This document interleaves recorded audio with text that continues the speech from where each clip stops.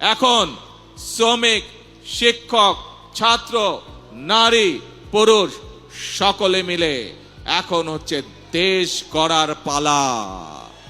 প্রিয় ভাই বোনেরা, আমার সামনে একটি ব্যানার আছে।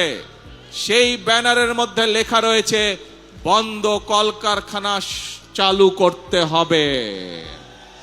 প্রিয় ভাই বোনেরা, বর্তমান সরকার বিএনপি সরকার, জনগণের ভোটে নির্বাচিত সরকার, এবং সেই জন্যই সরকার গঠিত হওয়ার পরে সাথে সাথেই আমি সংশ্লিষ্ট ব্যক্তিবর্গকে সাথে নিয়ে বসেছি এবং নির্দেশনা দিয়েছি।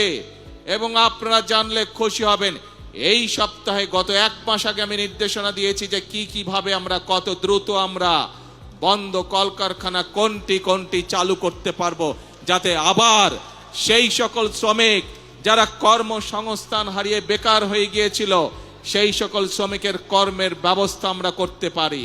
সেই মিটিংটি এই সপ্তাহে আবার নির্ধারিত হয়েছে।